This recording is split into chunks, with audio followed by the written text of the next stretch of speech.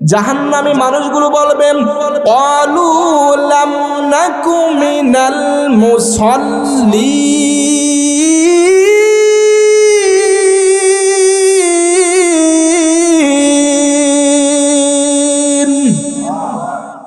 জাহান্নামী মানুষগুলো ডাক দিয়ে বলবে, ও জান্নাতি মানুষের দল, আমাদের জাহান্নামে আসার একমাত্র কারণ হচ্ছে লাম নাকু মিনাল মুসাল্লিন। দুনিয়ার জমিনে আমরা মুসল্লি ছিলাম না, নামাজি ছিলাম না। দুনিয়ার জমিনে মুয়াজ্জিন আজান দিত, হাইয়া আলাস সালাহ, আল্লাহর বান্দারা নামাজের দিকে আসো। কিন্তু আমরা জমিনের মধ্যে কাজকর্মে লিপ্ত থাকতাম, মোবাইল চালাইতাম, চায়ের স্টলে বসে আড্ডা দিতাম। ও মুসলমান ইমানদার, জাহান্নামী মানুষগুলো তাদের এমন বিবরণ দিতে থাকবে, আহারে দুনিয়ার জমিনে যদি নামাজ না কাজা করতাম তাহলে কিন্তু আমাদের জাহান্নামে আসা লাগতো না। নামাজি না হওয়ার কারণে আমরা জাহান্নামে এসেছি। জোরে কন্যা আউযুবিল্লাহ। ভাইরা আমার, আলোচনা অনেক দীর্ঘ হয়ে যাচ্ছে, কষ্ট হচ্ছে আপনাদের। আম্মা জানদের ব্যাপারে কয়েকটা কথা বলে আলোচনা শেষ করব। পর্দার আড়ালের আম্মা জানেরা ভালো করে খেয়াল করে শুনেন, কারণ অনেক সময় মহিলারা বলে, হুজুর আমাদের ব্যাপারে অনেক কোনো কথাই বলে না, কথা কোন ঠিক কিনা।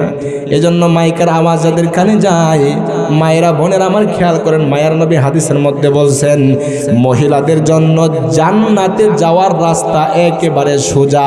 আল্লাহর নবী বলেন, যেই সমস্ত মহিলারা 4টা আমল করতে পারবে, হাসরের ময়দানে ওই সমস্ত মহিলাদেরকে ডাক দিয়ে বলে, ও মহিলাদের দল, জান্নাতের 8টা দরজা তোমাদের জন্য খোলা, যে কোনো দরজা দিয়া মন চাই তোমরা জান্নাতে চলে যাও। সুবহানাল্লাহ বলে। দুনিয়াতে যেই সমস্ত মানুষেরা ঈমান পেয়েছে এরা বড় সফল কাম। ঈমান পাইছে আর কোনো কিছু পাই নাই, তার টেনশনের কোনো দরকার নাই। দুনিয়ার অর্থ সম্পদ, যশ খ্যাতি যত কিছু আছে কোনো কিছু পাইল না, কিন্তু তার অন্তরে আল্লাহর প্রতি ঈমান আছে, আল্লাহকে পেয়ে গেছে। ওই বান্দার দাম আল্লাহ তাআলার কাছে সারা দুনিয়ার বেঈমানের চাইতে একজন রিকশাওয়ালা ঈমানদারের দাম আল্লাহর কাছে কোটি কোটি গুণে বেশি। জোরে কোন সুবহানাল্লাহ। ভাইরা আমার, আর একজন মানুষ যদি সারা দুনিয়ার বাদশা হয়ে যায় কিন্তু ঈমান যদি না পাই, ওই মানুষটার মতো ব্যর্থ মানুষ, কপাল পোড়া মানুষ জমিনের মধ্যে আর কেউ নাই। কথা কোন ঠিক কিনা? কারণ সারা দুনিয়ার বাদশাহী পাইল তো ক্ষণিকের জন্য, অল্প সময়ের জন্য। দুনিয়ার এই ধন সম্পদের কোনো মূল্য নাই। যেই বান্দা জান্নাতে যেতে পারবে ওই বান্দা তো চিরস্থায়ীভাবে জান্নাতের বাদশাহ হয়ে যাবে। কথা কোন ঠিক কিনা? আমি আপনাদের সামনে চমৎকার একটা ঘটনা শোনাতে চাই। আল্লাহ তাআলার পয়গম্বর মুসা কালিমুল্লাহ তুর পাহাড়ে গিয়ে আল্লাহ তাআলার সাথে সরাসরি কথা বলতেন। পয়গম্বর মুসা তুর পাহাড়ের দিকে রওনা করছেন, আল্লাহ তাআলার সাথে কথা বলবেন। রাস্তায় এক পথিকের সঙ্গে সাক্ষাৎ হয়ে গেল। পথিক ডাক দিয়ে বলে, পয়গম্বর মুসা, আপনি তো সরাসরি আল্লাহ তাআলার সাথে কথা বলতে পারেন। ও পয়গম্বর মুসা কালিমুল্লাহ, আমি বড় অসহায়, বড় দুর্বল একজন মানুষ। আপনি আল্লাহ তাআলার কাছে আমার জন্য দোয়া করবেন, আল্লাহ তাআলা যেন আমাকে একটু সুখ শান্তি দান করেন, একটু নিয়ামত দান করেন। মুসা নবী ওই পথিকের সাথে ওয়াদা দিয়া চলে গেলেন তুর পাহাড়ে। তুর পাহাড়ে যাইয়া আল্লাহ তাআলার সাথে দীর্ঘ সময় কথা বললেন। এবার যখন তুর পাহাড় থেকে চলে আসবেন, ওই পথিকের কথা মনে হয়ে গেল। পয়গাম্বর মুসা আল্লাহকে ডাক দিয়ে বলে, আল্লাহ, রাস্তায় তোমার এক বান্দার সঙ্গে আমার মোলাকাত হয়েছিল। ও আল্লাহ, তোমার বান্দা বড় অসহায়, বড় দুর্বল। আল্লাহ, সে তো তোমারই বান্দা। আল্লাহ, তুমি তাকে একটু দুনিয়াতে সুখ শান্তি দান করো, তার অভাব অনটন দূর করে দাও, তাকে একটু নিয়ামত দান করো। আল্লাহ বলেন, মুসা, ওই বান্দাকে নিয়ামত কম দিব নাকি বেশি করে দিব? মুসা নবী ডাক দিয়ে বলে, আল্লাহ, নিয়ামত দিবা তো কম দিবা কেন, বেশি করেই দাও। আল্লাহ বলে, মুসা যাও যাও, আমি আমার ওই বান্দাকে অনেক নিয়ামত দান করলাম। জোরে কোন সুবহানাল্লাহ। এবার মুসা পয়গম্বর তুর পাহাড় থেকে বাড়িতে চলে আসছেন। কয়েকদিন পরে মনে হইল যে বান্দার জন্য আল্লাহর কাছে দোয়া করলাম নিয়ামতের জন্য, তার তো একটু খোঁজ খবর নেওয়া দরকার, আল্লাহ তাকে কি পরিমাণে নিয়ামত দান করছে। এই জন্য পয়গম্বর মুসা ওই বান্দার বাড়িতে গিয়ে তাকে ডাক দিছে। এখন দেখে ওই লোকটা আর ওই বাড়িতে নাই, ওই বাড়িতে এখন অন্য মানুষ বসবাস করে। মুসা নবী ডাক দিয়ে বলে, আমি বাড়িওয়ালার সঙ্গে সাক্ষাৎ করতে চাই। লোকটা ডাক দিয়ে বলে, পয়গম্বর মুসা, এই বাড়িওয়ালা তো গত কয়েকদিন আগে দুনিয়ার জমিন থেকে বিদায় হয়ে গেছে, তার তো মরণ হয়ে গেছে। এবার মুসা নবী হিসাব মিলায় দেখে, যেই সময় আল্লাহ তাআলার কাছে বান্দার জন্য নিয়ামতের দোয়া করেছিল, এর কিছুক্ষণ পরেই বান্দার মরণ হয়ে গেছে। এবার মুসা নবী বলে, আল্লাহ, তোমার হিসাবটা তো বুঝলাম না। যেই মানুষের জন্য নিয়ামত আর সুখ শান্তির দোয়া করলাম, তুমি তো তাকে নিয়ামত দিলাই না, উল্টা আরো তাকে মেরেই ফেললা। আল্লাহ বলে, মুসা, তুমি যখন নিয়ামতের দোয়া করছিলা, আমি তো জিজ্ঞাসা করছিলাম বান্দাকে নিয়ামত কম দিব নাকি বেশি করে দিব। তুমি বলছিলা, আল্লাহ, নিয়ামত কম দিবা কেন, বেশি করেই দাও। আর আমি যদি আমার বান্দাকে এই সারা দুনিয়াটাও দিয়া দিতাম, নিয়ামত বেশি হইতো না, কমে হইয়া যাইত। এই জন্য বেশি নিয়ামত দেওয়ার জন্য আমার বান্দাকে দুনিয়া থেকে জান্নাতে নিয়ে এসেছি। এই জন্য গৌরীপুর ময়মনসিংহ এলাকার মুসলমান, এই দুনিয়ার জমিনে ধন সম্পদ না পাইলেও টেনশন করার দরকার নাই। আল্লাহ ঈমান দিয়েছেন তো কমপক্ষে 10 দুনিয়ার সমান একটা জান্নাতের মালিক হয়ে যাবেন। সুবহানাল্লাহ বলেন। আল্লাহর ওলি চমৎকার একটা উপমা দিয়েছেন, ভালো করে খেয়াল করেন। বলেন, এই সারা দুনিয়াটা হলো একটা বিবাহের ঘর, ঈমানদাররা হলো বর, জান্নাত হবে বাসরঘর, জান্নাতি হুর হবেন নববধূ। জোরে কোন সুবহানাল্লাহ। আর দুনিয়াতে কাফের মুশরিক যারা আছে এরা হলো বরযাত্রী। এবার দেখেন, দুনিয়াতে বরযাত্রী যারা হয় এরা কিন্তু ইচ্ছে মতো খায়, আনন্দ উল্লাস করে, নাচানাচি করে, কথা কোন ঠিক কিনা? কিন্তু বর কিন্তু বেশি খায় না, আনন্দ উল্লাসও করে না, বরং মাঝে মধ্যে মুখের মধ্যে রুমাল দিয়া চুপ কইরা বইসা থাকে, কথা কোন ঠিক কিনা? কারণ বর জানেন বিয়ে বাড়ির এই মজার খাবার মাত্র এক বেলার জন্য। এই জন্য বর বসে বসে অপেক্ষা করতে থাকে কখন বিয়ে বাড়ি ভাঙবে আর সে বাসর ঘরে ঢুকবে। বরের আনন্দ বাসর ঘর থেকে শুরু মরণ পর্যন্ত, যেইগুলো বর যাত্রীদের কপালে জুটে না, কথা কোন ঠিক কিনা? তাহলে আবার খেয়াল করেন, সারা দুনিয়াটা হলো একটা বিবাহের ঘর, ঈমানদাররা হলো বর, জান্নাত হবে বাসর ঘর, জান্নাতি হুর হবে নববধূ। দুনিয়ার কাফের মুশরিক এরা হলো বরযাত্রী। এই জন্য কাফের মুশরিক যারা, এরা দুনিয়াতে হারাম হারাম হালাল হারাম খুঁজে না, ইচ্ছে মতো খায়। ও দুনিয়ার ইমানদার আল্লাহর গোলাম। এই জন্য কাফের মুশরিক ইহুদি খ্রিস্টানদের চাকচিক্য জীবনযাপন, এদের ধন সম্পদ দালান কোঠা দেখে আফসোস করার দরকার নাই। এদের খাবার মাত্র এক বেলার জন্য দুনিয়াতে। আমরা হলো ইমানদার জান্নাতের বর। ইমান নিয়া যদি কবরে যাইতে পারেন চিরস্থায়ীভাবে জান্নাতের মালিক হয়ে যাবেন। কথা কোন ঠিক কিনা? ইমানের যে কত দাম, এই ইমানের দাম সম্পর্কে, ফজিলত সম্পর্কে, মূল্য সম্পর্কে আপনাদের সামনে চমৎকার একটা ঘটনা বয়ান করব। সহিহ বুখারী এবং সহিহ মুসলিমের ঘটনা। আব্দুল্লাহ ইবনে মাসউদ রাদিয়াল্লাহু তাআলা আনহু থেকে বর্ণিত। মায়ার নবী হাদিসের মধ্যে বয়ান করেন, যে মানুষটা সব শেষে জাহান্নাম থেকে বের হয়ে আসবে, ওই মানুষটার অন্তরের মধ্যে যাররা পরিমাণ ঈমান, কিন্তু বান্দা গুনাহ করার কারণে গুনাহে কাবীরা করিয়া বান্দা জাহান্নামে চলে গেছে। এবার জাহান্নামের আগুনে জ্বলতে জ্বলতে পুড়তে পুড়তে একটা সময় যখন বান্দার গুনাহ পরিমাণ আযাব শেষ হয়ে যাবে, নবীর উম্মতের দল, দুনিয়াতে মানুষ যেমন নির্দিষ্ট পরিমাণ সাজা ভোগ করার পর জেলখানা থেকে বের হয়ে আসে, ঠিক তেমনিভাবে যেই সমস্ত ইমানদার গুনাহে কবিরা করিয়া তাওবা না করিয়া কবরে চলে যায়, ওই মানুষগুলো জাহান্নামে যাবে। তাদের গুনাহ পরিমাণ জাহান্নামের আযাব ভোগ করার পর একটা সময় জাহান্নাম থেকে বের হয়ে আসবে।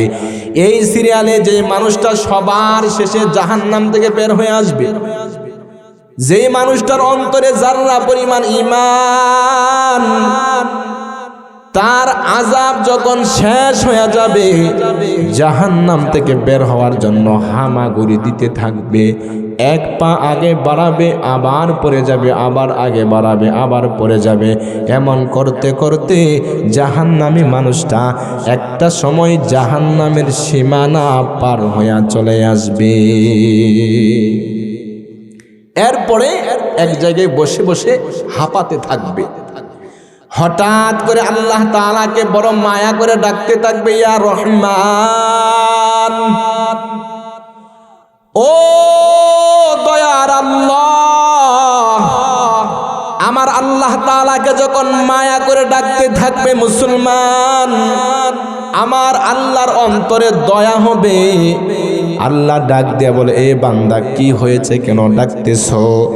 জাহান্নামী মানুষটা ডাক দিয়া বলবে, আল্লাহ, ওই যে আমার সামনে সুন্দর একটা গাছ দেখা যায়, গাছের পাশে আবার ঝর্ণার পানি প্রবাহিত হইতেছে। ও দয়াল আল্লাহ, জাহান্নামের আগুনে জ্বলতে জ্বলতে পুড়তে পুড়তে ভিতরটা তো অঙ্গার হয়ে গেছে। আয় আল্লাহ, শুধুমাত্র ওই গাছ পর্যন্ত আমাকে পৌঁছায়া দাও। গাছের ছায়ার নিচে বিশ্রাম গ্রহণ করব, আর ঝর্ণার পানি পান করে আমার পুরা কলিজা একটু ঠান্ডা করতে চাই। আল্লাহ বলে, বান্দা, আমি তো তোমাকে গাছ পর্যন্ত পৌঁছা দিতে পারি, কিন্তু ওই জায়গায় যাওয়ার পর তুমি যে আমার কাছে আর কোনো কিছু চাইবা না, এটা কেমন করে বুঝবো? বান্দা বলে, আল্লাহ, এমনটা করব না, শুধুমাত্র এই গাছ পর্যন্ত পৌঁছায়া দাও। গাছের ছায়ার নিচে বিশ্রাম গ্রহণ করব, ঝর্ণার পানি পান করব, আর কিছু চাইব না। আমার আল্লাহ কুদরতিভাবে ওই মানুষটাকে এই গাছের নিকটে পৌঁছায় দিবেন। এবার জাহান্নামী মানুষটা গাছের ছায়ার নিচে বিশ্রাম গ্রহণ করবে, ঝর্ণার পানি পান করিয়া তার পুরা কলিজা ঠান্ডা করবে মুসলমান। এবার হঠাৎ করে সামনের দিকে তাকায় দেখবে, এই গাছের চাইতে আরো সুন্দর আরেকটা গাছ দেখা যায়। বান্দা এবারও আল্লাহ তাআলাকে বড় মায়া করে ডাকতে থাকবে, আল্লাহকে ডাকতে থাকবে, ইয়া রহমান, ও দয়ার আল্লাহ। আল্লাহকে যখন মায়া করে ডাকতে থাকবে, আল্লাহ চুপ করে থাকতে পারবেন না। আল্লাহ আবারও জবাব দিবেন, বান্দা, এখন কি হয়েছে, আবার কেন ডাকতেছো? জাহান্নামী মানুষটা বলবে, ও দয়ার আল্লাহ, ওই যে দ্বিতীয় গাছটা দেখা যায় ওই গাছ পর্যন্ত আমাকে একটু পৌঁছায় দাও না। আল্লাহ বলবে, ওরে বনি আদম, আলাম তুআহিদনি আল্লাহ তাসআলানি গায়রাহা, কিছুক্ষণ আগেই না ওয়াদা করেছো আর কোনো কিছু চাইবা না, এখন কেন চাইতেছো? জাহান্নামী মানুষটা ডাক দিয়া বলবে, ওগো দয়াল আল্লাহ, এবার কঠিন ভাবে ওয়াদা দিলাম, আমি আর কোনো কিছু চাইব না, শুধুমাত্র এই গাছ পর্যন্ত একটু পৌঁছায় দাও। আল্লাহ তাআলা কুদরতি ভাবে বান্দাকে এই দ্বিতীয় গাছের নিকটে পৌঁছায় দিবেন। বান্দা গাছের ছায়ার নিচে বিশ্রাম গ্রহণ করতে থাকবে আর ঝর্ণার পানি পান করে তার পোড়া কলিজা একটু ঠান্ডা করবে। এবার হঠাৎ করে সামনের দিকে তাকায় দেখবে জান্নাতের গেট দুইটা গাছের চাইতে আরো সুন্দর আরেকটা গাছ দেখা যায়। হালকা একটু দেন, মিষ্টি হচ্ছে না। বান্দা এবার আল্লাহ তাআলাকে বড় মায়া করে ডাকতে থাকবে, ইয়া রহমান। আল্লাহকে বলবে, দয়াল আল্লাহ। আল্লাহ তাআলা আবারও জবাব দিবেন, বান্দা এখন কি হয়েছে, আবার কেন ডাকতেছো? জাহান্নামী মানুষটা ডাক দিয়ে বলবে, দয়ার আল্লাহ, আমি তো জাহান্নামের আসামি ছিলাম, তুমি আমাকে জাহান্নাম থেকে মুক্তি দিয়েছ। ও দয়াল আল্লাহ, আমার সর্বশেষ আবেদন, আমি আর কোনো কিছু চাইব না। ওই যে জান্নাতের গেট বরাবর যে গাছটা দেখা যায় ওই গাছ পর্যন্ত একটু পৌঁছায়া দাও। ওই গাছের নিকটে যাওয়ার পর আর কোনো কিছু চাইব না। আল্লাহ বলে, বনে আদম, তোর তো জবানের কোনো ঠিক নাই, বারবার ওয়াদা করতেছো আর ভঙ্গ করতেছো। যা ঠিক আছে, পৌঁছায় দিলাম। জাহান্নামী মানুষটা যার দিলের মধ্যে যাররা পরিমাণ ঈমান ছিল রে ভাই, ওই জান্নাতের গেটের সামনে যাওয়ার পর এবার যেহেতু বান্দা জান্নাতের গেটের সামনে চলে গেছে রে ভাই, জান্নাতের ভিতরে জান্নাতীরা যে কথাবার্তা বলতেছে, জান্নাতীদের কথাবার্তার আওয়াজ বান্দা নিজের কানে শুনতে পারবে।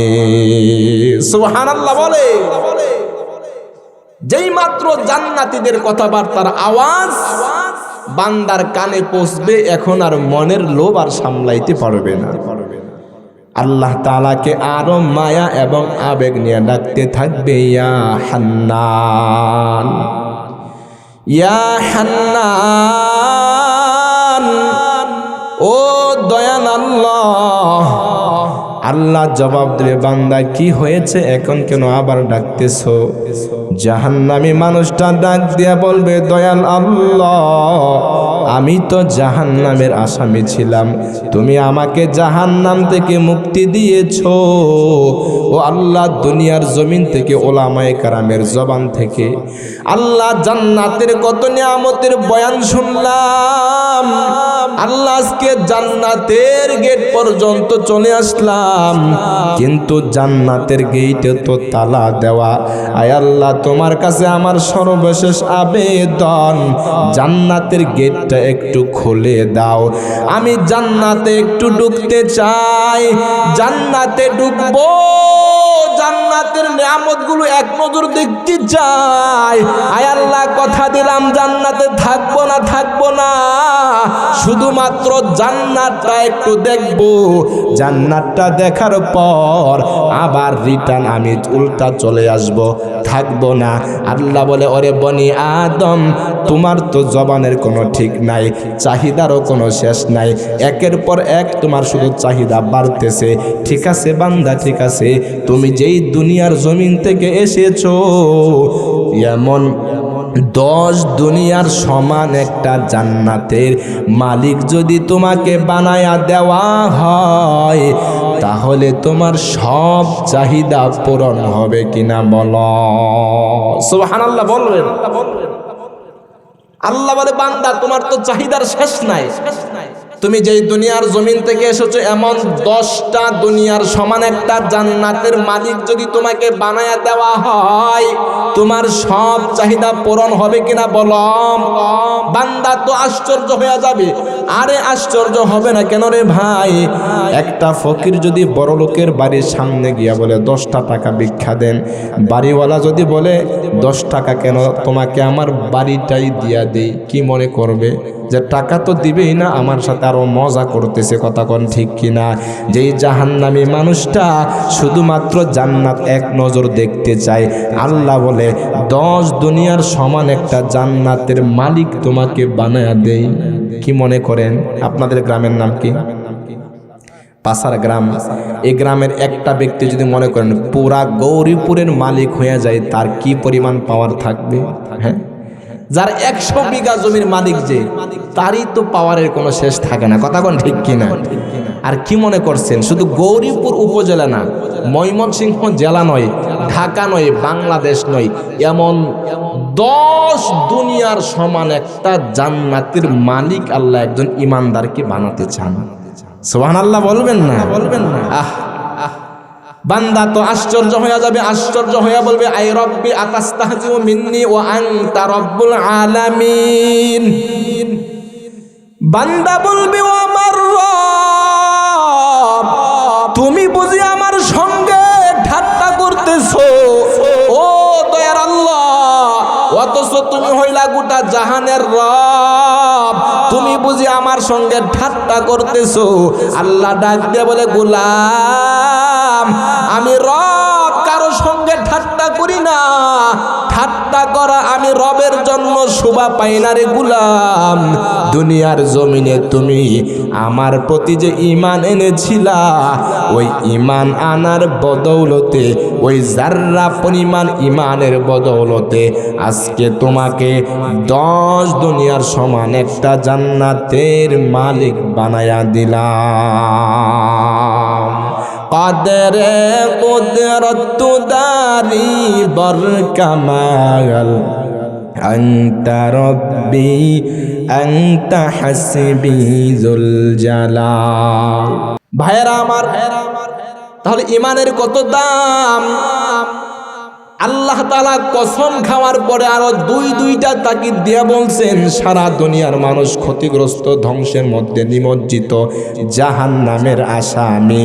তবে 4 গুণওয়ালা মানুষ, এরা ক্ষতিগ্রস্ত না, জাহান্নামের আসামিও না, এরা হবে ডাইরেক্ট জান্নাতের মেহমান। সুবহানাল্লাহ বলেন।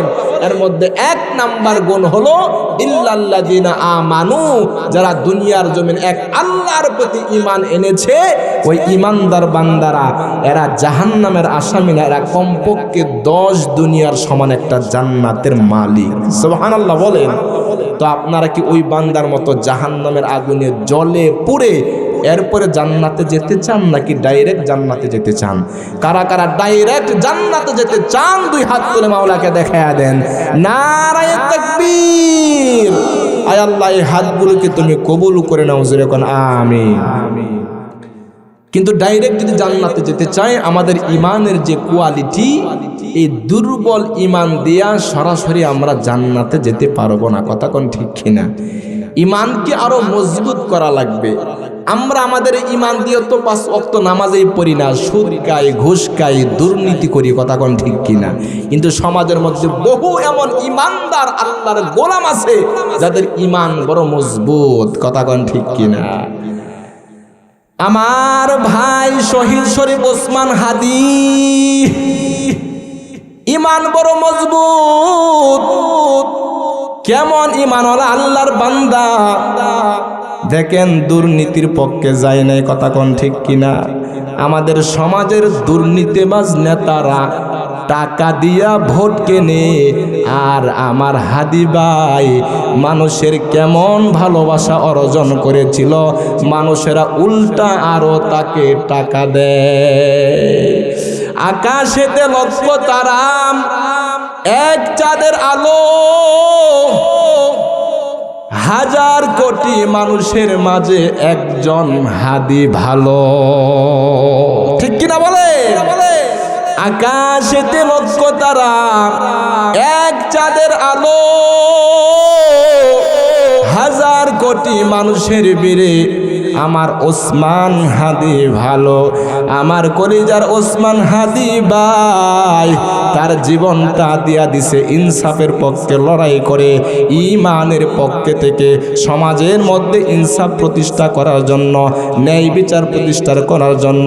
তার ঈমানটা কত মজবুত, বারবার সে নির্ভয়ে বলেছে আমি শাহাদতের মরণ বরণ করতে চাই, কিন্তু রাম বামেরা বাতিলের গোষ্ঠীরা আল্লাহর এই খাঁটি ইমানদার বান্দাকে দুনিয়া থেকে বিদায় করে দিছে। কথা কোন ঠিক কিনা?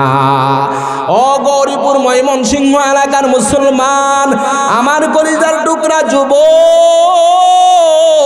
ওই হাদি ভাই থেকে শিক্ষা গ্রহণ করো।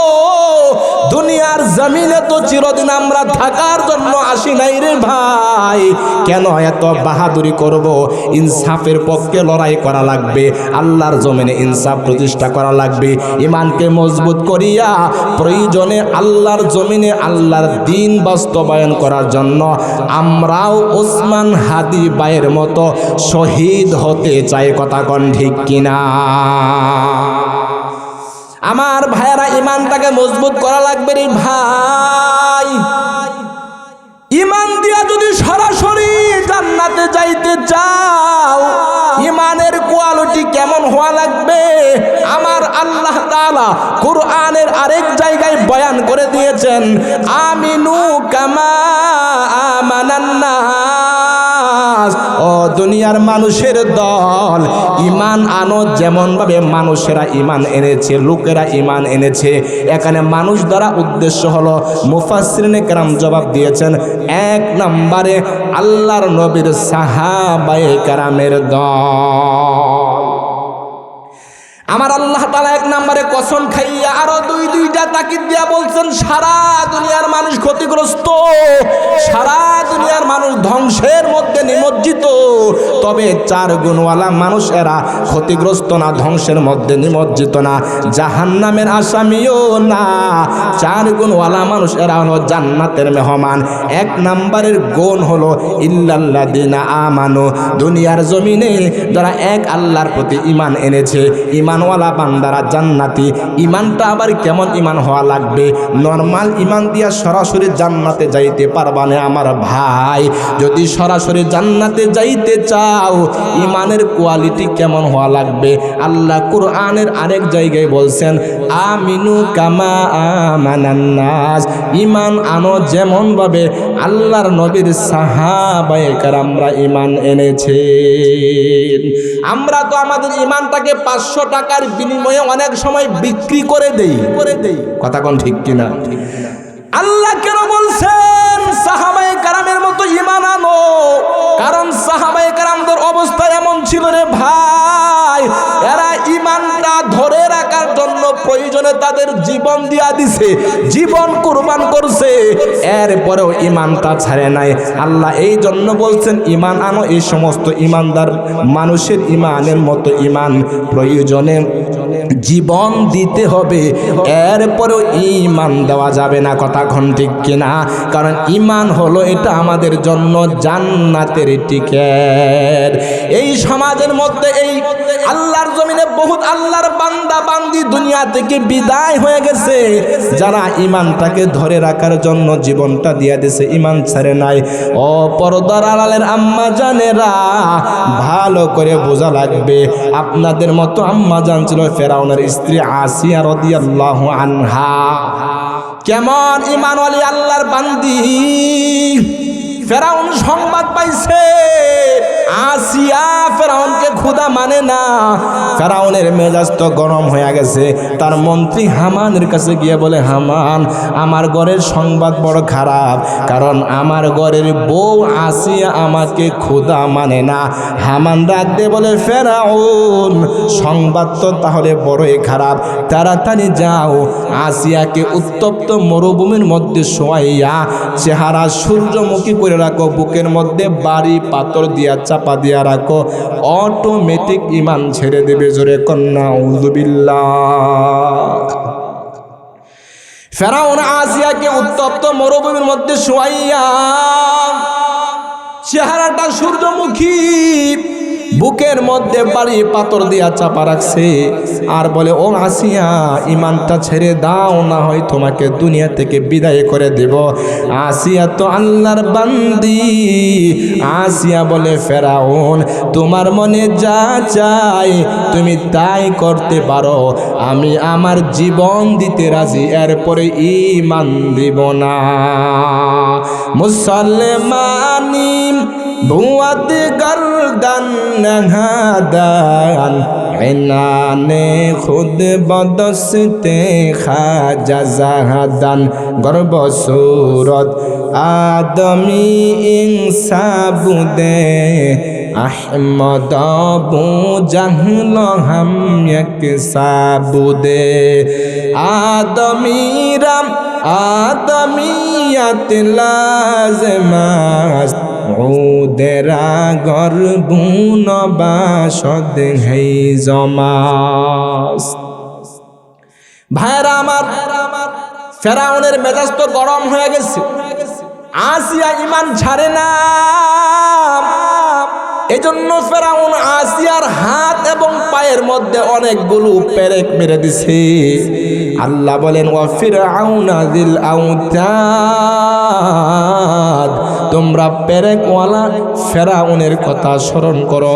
ও পর্দার আড়ালের আম্মা জানেরা, মাইকের আওয়াজ যাদের কানে যায় ভালো করে খেয়াল করে শুনেন গো মা। আসিয়ার হাতে পায়ে পেরেক মারছে ফেরাউন, আর ডাক দিয়ে বলে, আসিয়া ইমানটা ছেড়ে দাও। আসিয়ার জবানে শুধু আল্লাহ আল্লাহর জিকির চলে। ফেরাউন আবার দৌড়ে হামানের কাছে যায়, গিয়ে বলে, হামান আমার বিবি আসিয়া তো এখনো ইমান ছাড়ে না। হামান বলে, ও ফেরাউন এবার যাও, গিয়ে আসিয়ার গায়ের কাপড়গুলো খুলে ফেলো, ব্লেড দিয়ে আসিয়ার গায়ের চামড়াগুলো তুলে ফেলো। জোরে কন্যা আউযুবিল্লাহ। ও ইমানদার আল্লাহর গোলামের দল, একটু খেয়াল করেন আমরা কেমন ইমানদার, কত সহজে আমরা ইমান পেয়ে গেছি। আসিয়ার জায়গায় যদি আমরা হইতাম, আমাদের ইমানটা আমরা হেফাজত করতে পারতাম কিনা। ফেরাউন জাহান্নামের কুকুরটা আসিয়ার গায়ের কাপড়গুলো খুলে ফেলছে, ব্লেড দিয়ে আসিয়ার গায়ের চামড়াগুলো তুলে ফেলতেছে। এক তো হলো নিচে উত্তপ্ত মরুভূমি বালি, আবার গায়ের চামড়াগুলো খুলে ফেলা হয়েছে। কি পরিমাণ জুলুম আর অত্যাচার! আসিয়া চোখের পানি ছেড়ে দিয়ে কান্না করে। ফেরাউন ডাক দিয়ে বলে, আসিয়া এখনো সময় আছে, ইমানটা ছেড়ে দাও, আমাকে ক্ষুধা মেনে নাও। আসিয়া চোখের পানি ছেড়ে দিয়ে কান্না, জবানটা নড়তেছে। ফেরাউন তার মুখটা আসিয়ার, ফেরাউন তার কানটা আসিয়ার মুখের মধ্যে নিয়ে দেখে এমন অবস্থায় আসিয়ার জবান দিয়া আল্লাহ আল্লাহর জিকির বের হয়। আল্লাহ আল্লাহ ক্যা মুবারক নাম হয়, अल्लाह अल्लाह मोमिनों का काम है, अल्लाह अल्लाह तू मेरा माबूद है, अल्लाह अल्लाह तू मेरा माशूक है। ফেরাউন অনেক চেষ্টা করার পর দেখলো আসিয়া তো ঈমান ছাড়ে না। ফেরাউন আবার হামানের কাছে গিয়ে বলে, হামান আসিয়া তো এখনো ঈমান ছাড়ে না। এমন অবস্থাতেও আল্লাহ আল্লাহ জিকির করে। হামান বলে, ও ফেরাউন তাড়াতাড়ি যাও, বিশাল বড় পাথর নিয়ে আসিয়াকে দুনিয়া থেকে বিদায় করে দাও। এবার ফেরাউন যেই মাত্র পাথর নিয়ে আসিয়াকে পাথর চাপা দিয়ে দুনিয়া থেকে বিদায় করে দিবে, এমন অবস্থায় আসিয়া মুস্কি মুস্কি হাসতেছে। ফেরাউন ডাক দিয়ে বলে, আসিয়া এতক্ষণ কান্না করলি, এই মুহূর্তে তুমি কেন হাসতেছো? আসিয়া ডাক দিয়ে বলে ফেরাউন আমি বললে তো তুই বিশ্বাস করবি না। ফেরাউন ডাক দিয়ে বলে না আসিয়া বল আমি বিশ্বাস করব। এবার আসিয়া বলে ফেরাউন আমি যে রবের প্রতি ঈমান আনার কারণে তুমি আমাকে অনেক অত্যাচার করেছো, জুলুম করেছো, এই রবের কাছে এই মুহূর্তে আমি একটা দোয়া করেছি। আল্লাহ তাআলা আসিয়ার দোয়াটা কুরআনে উল্লেখ করে দিয়েছেন। আসিয়া বলেন রব্বি বিনিলি ইনদাকা বাইতান ফিল জান্নাহ ওয়া নাজ্জিনি মিন ফিরআউনা ওয়া আমালিহি ওয়া নাজ্জিনি মিনাল কওমিজ জালিমিন।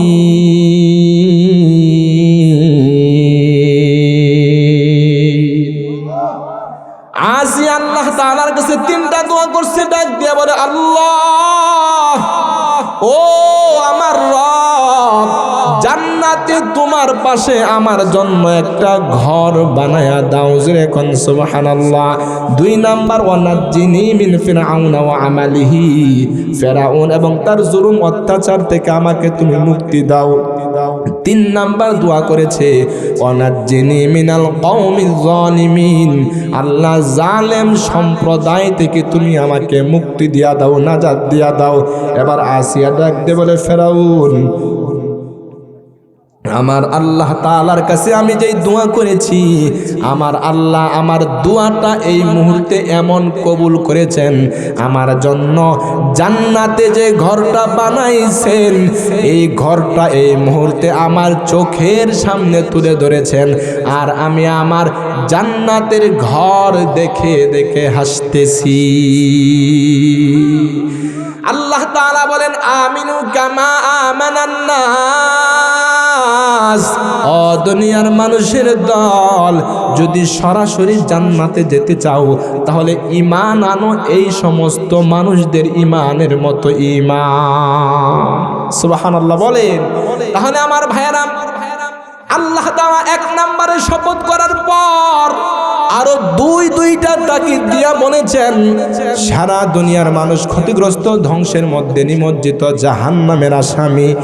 তবে এই মানুষদের মধ্য থেকে যারা 4 গুণ অর্জন করবে, এই 4 গুণওয়ালা মানুষেরা ক্ষতিগ্রস্ত না, ধ্বংসের মধ্যে নিমজ্জিত না, জাহান্নামের আসামিও না। 4 গুণওয়ালা মানুষ হলো জান্নাতি মানুষ। 1 নম্বরে গুণ বললাম ঈমান, আল্লাহ আমাদেরকে জন্মসূত্রে ঈমান দান করেছেন। মুসলমান ঈমানদারের ঘরে আমাদের জন্ম হয়েছে, তো আমরা ঈমানদার, কথা কোন ঠিক কিনা? তবে ঈমানের কোয়ালিটি কি বাড়াইতে হবে। আল্লাহ বলছেন ঈমান আনো এই সমস্ত মানুষদের ঈমানের মতো ঈমান। ভাইরা আমার, ঈমান নিয়ে আলোচনা করলে রাত শেষ হয়ে যাবে, আলোচনা শেষ করা সম্ভব না। আল্লাহ তাআলা এরপরে বলেন ওয়া আমিলুস সলিহাত, শুধুমাত্র ঈমান আনিয়াই জান্নাতে যাইতে পারবা না। 2 নাম্বার গুণ হলো ঈমান আনার পরে নেক আমল করা লাগবে, নেক আমলের গুণ অর্জন করা লাগবে, কথা কোন ঠিক কিনা? জোরে একটা আওয়াজ দিলেই চিন করে শব্দ করে ভাই বুঝছেন, আওয়াজটা আর ক্লিয়ার থাকে না। এই যে ভাই ঘুমাইতেছেন, এই মাইকওয়ালা ভাই জোরে আওয়াজ দিলে আওয়াজ একটা চিন করে শব্দ করে আওয়াজ আর ক্লিয়ার থাকে না। ভাইরা আমার, শুধুমাত্র ঈমান এনে জান্নাতে যাওয়া যাবে না। 4 গুণের 2 নাম্বার গুণ হলো নেক আমল। আল্লাহ তাআলা বলেন ওয়া আমিলুস সলিহাত, ঈমান আনার পরে যারা নেক আমল করেছে এরা ক্ষতিগ্রস্ত না, এরা জান্নাতি মানুষ। জোরে কোন সুবহানাল্লাহ। নেক আমলের মধ্যে অন্যতম আমল হলো নামাজ, কারণ যেই বান্দার নামাজ ঠিক হয়ে যাবে ওই বান্দার অন্য সব আমল ঠিক হয়ে যাবে, কথা কোন ঠিক কিনা? কিন্তু সমাজের মধ্যে কয়জন ঈমানদার আছে 5 ওয়াক্ত নামাজি? বেশিরভাগ তো হলো সাপ্তাহিক মুসল্লি, জুমাবারে জুমা পড়তে যাই, তাও আবার জুমার আগের সুন্নত নাই, পরের সুন্নত নাই, মাত্র 2 রাকাত নামাজ কোনো মতো আদায় করে ইমাম সাহেব সালাম ফেরানোর সাথে সাথে জুতা লইয়া আবার দৌড়, কথা কোন ঠিক কিনা? কিন্তু ভাইরা আমার, যদি সরাসরি জান্নাতে যেতে চাও ঈমান আনার পরে নেক আমলের গুণ অর্জন করা লাগবে। নেক আমলের মধ্যে অন্যতম আমল হচ্ছে নামাজ। 5 ওয়াক্ত নামাজ পড়া লাগবে। ঈমানদার বান্দা কোনোদিন নামাজ ছাড়তে পারে না। দুনিয়ার সব কিছু ফৌত হয়ে যাবে, কিন্তু নামাজ কখনো ছাড়া যাবে না। কথা কোন ঠিক কিনা? মায়ার নবী হাদিসের মধ্যে বয়ান করছেন, মুসলমান যেই বান্দার আসরের নামাজটা কাজা হয়ে যায়, যেন তার ধন সম্পদ তার পরিবার কেউ যেন চিন্তাই করে নিয়ে গেছে এমন হয়ে গেল।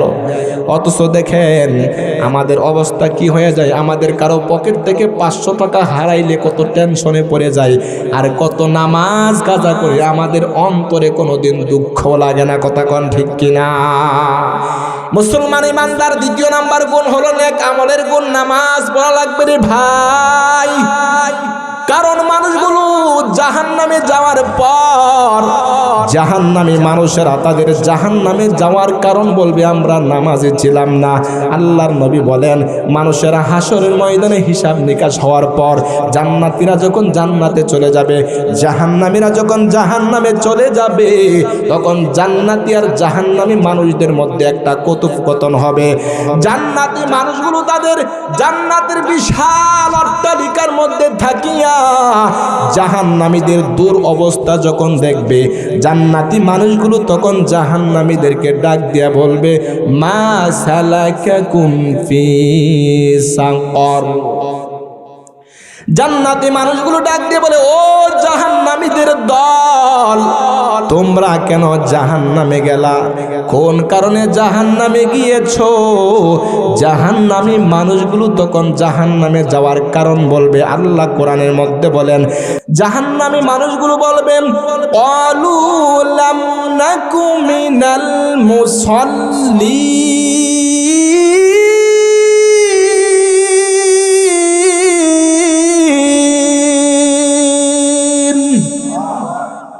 জাহান্নামী মানুষগুলো ডাক দিয়ে বলবে, ও জান্নাতি মানুষের দল, আমাদের জাহান্নামে আসার একমাত্র কারণ হচ্ছে লাম নাকু মিনাল মুসাল্লিন।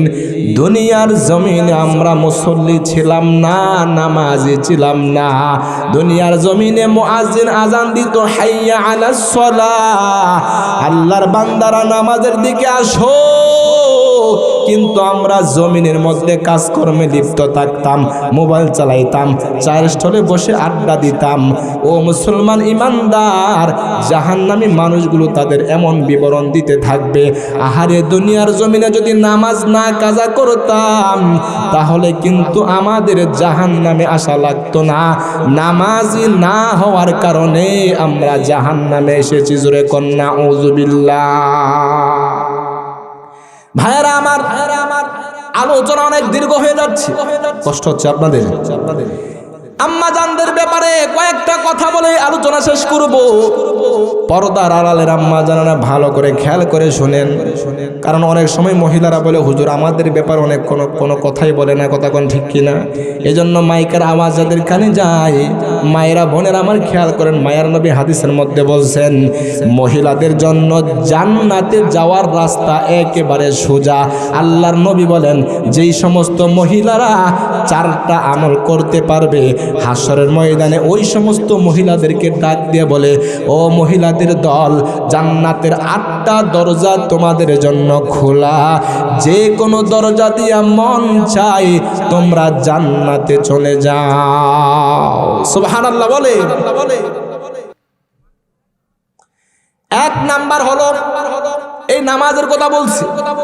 আল্লাহর নবী বলেন, ইযা সাল্লাতিল মারআতু খামসাহা, মহিলারা যদি 5 ওয়াক্ত নামাজ আদায় করে, অথচ আমাদের মা বোনেরা নামাজের ব্যাপারে সবচাইতে বেশি উদাসীন, অবহেলা করে। কথা কোন ঠিক কিনা? অনেকে বলে, হুজুর আমার ছোট ছোট বাচ্চা আছে, এদেরকে দেখে রাখতে হয়, নামাজ পড়তে পারি না। আমি বলি, আমার আম্মা জানেরা বোনেরা আমার, এটা শুধুমাত্র একটা খোড়া অজুহাত। কারণ বাচ্চা থাকার পরেও সংসারের সমস্ত কাজ কিন্তু ঠিকই মতো চলতেছে। রান্না চলে, ঘর পরিষ্কার চলে, গোসল চলে, খাওয়া দাওয়া চলে, শুধু নামাজের বেলায় আসলে অজুহাত। কথা কোন ঠিক কিনা?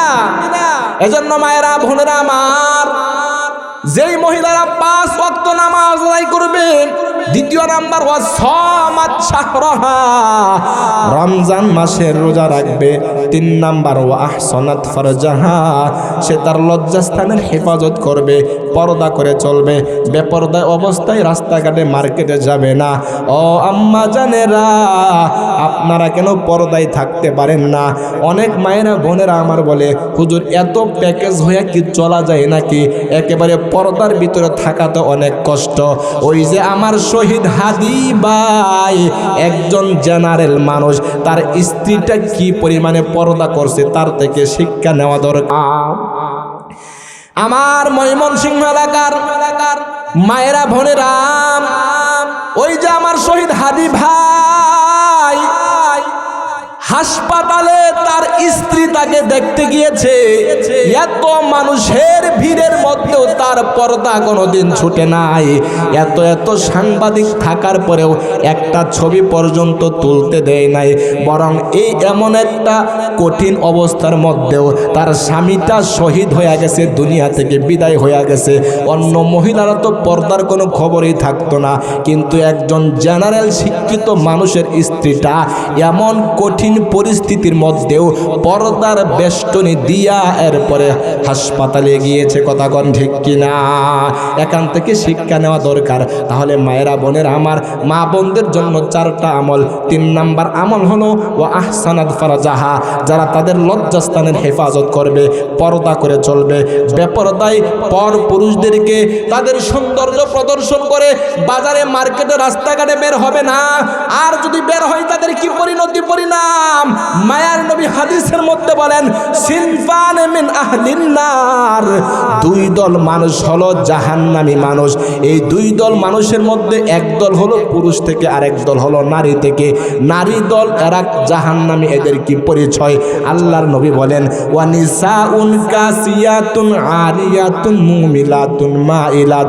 ভালো করে বুঝেন, নবীজি ডাক দিয়ে বলেন, ওই সমস্ত মহিলারা, যেই মহিলারা নিসাউন কাসিয়াতুন আরিয়াত, কাপড় পরিধানকারিণী উলঙ্গ মহিলা। মায়ার নবী বলেছেন, কাপড় পরিধান করেও একদল মহিলা উলঙ্গ থাকবে। আপনাদের প্রশ্ন হয়, হুজুর আল্লাহর নবী এই কথা কেন বলছেন? কাপড় পরলে আবার মানুষ ল্যাংটা থাকে কিভাবে, উলঙ্গ থাকে কিভাবে? মুহাদ্দিসিনে কেরাম এই হাদিসের 2টা ব্যাখ্যা লিখেছেন। মহিলারা কাপড় পরিধান করে তাদের সৌন্দর্য ঢেকে রাখার জন্য, কিন্তু শেষ জামানায় মহিলারা এমন কাপড় পরিধান করবে, কাপড় হয়তো মুঠা থাকবে, না হয় পাতলা থাকবে। মোটা থাকলে এমন টাইট ফিট কাপড় পরিধান করে রাস্তায় বের হয়, যে কাপড়গুলো এত টাইট থাকার কারণে তাদের সৌন্দর্য আরো বেশি ওঠে। পর পুরুষেরা তাদের দিকে উকি দিয়ে আরো তাকায়। কথা কোন ঠিক কিনা? আর যদি কাপড়গুলো পাতলা হয়, এত পাতলা মনে হয় মশারি নেট, ওই কাপড়ের উপর দিয়ে তাদের গায়ের চামড়ার রং দেখা যায়। এজন্য এরা কাপড় পরিধান করে উলঙ্গ ল্যাংটা। মায়ার নবী বলছেন, এই সমস্ত কাপড় পরিধানকারিণী উলঙ্গ মহিলা, এরা মুমিলাতুন মাইলাত, এরা যেমন অন্য পুরুষের দিকে আকৃষ্ট হয়ে যায়, তাদের এই রূপ সৌন্দর্য রাস্তায় প্রদর্শন করে, মার্কেটে প্রদর্শন করিয়া অন্য পুরুষদেরকেও তাদের দিকে আকৃষ্ট করে ফেলে। মায়ার নবী বলেন, এমনভাবে বেপরদায় যে সমস্ত মহিলারা চলাফেরা করে, আল্লাহর নবী বলেন, লা ইয়াদখুলনাল জান্নাতা ওয়া লা ইয়াজিদনা রিহাহা, এই মহিলারা তো জান্নাতে যাবে না, যাবেই না, এরা জান্নাতের ঘ্রাণ পর্যন্ত পাবে না। নাউযুবিল্লাহ বলে। তাহলে আমার আম্মা জানেরা, যতই কষ্ট হোক পর্দা ছাড়া যাবে না। রাস্তাঘাটে মার্কেটে বেপর্দা হয়ে চলাফেরা করা যাবে না। ওই যে আমার হাদি ভাইয়ের স্ত্রী থেকে একটু শিক্ষা গ্রহণ করেন না। 4 নাম্বার আমল হলো ওয়া আতাআত বালাহা, যেই সমস্ত মহিলারা তাদের স্বামীর আনুগত্য করবে, স্বামীর কথা মতো চলবে, স্বামীর সাথে তর্ক করবে না, স্বামীর অন্তরে কষ্ট দিবে না, স্বামীকে একেবারে দেবতার মতো মানবে। তাহলে মহিলাদের জন্য 4টা আমল। 1 নাম্বার 5 ওয়াক্ত নামাজ পড়বে, 2 নাম্বার রমজানের রোজা রাখবে, 3 নাম্বার নিজের সতীত্বের হেফাজত করবে, পর্দায় চলবে, 4 নাম্বার আমল হলো নিজের স্বামীর সাথে অযথা তর্ক বিতর্ক করবে না, স্বামীর কথার বাহিরে ঘরের চৌকাঠ পর্যন্ত পার হবে না।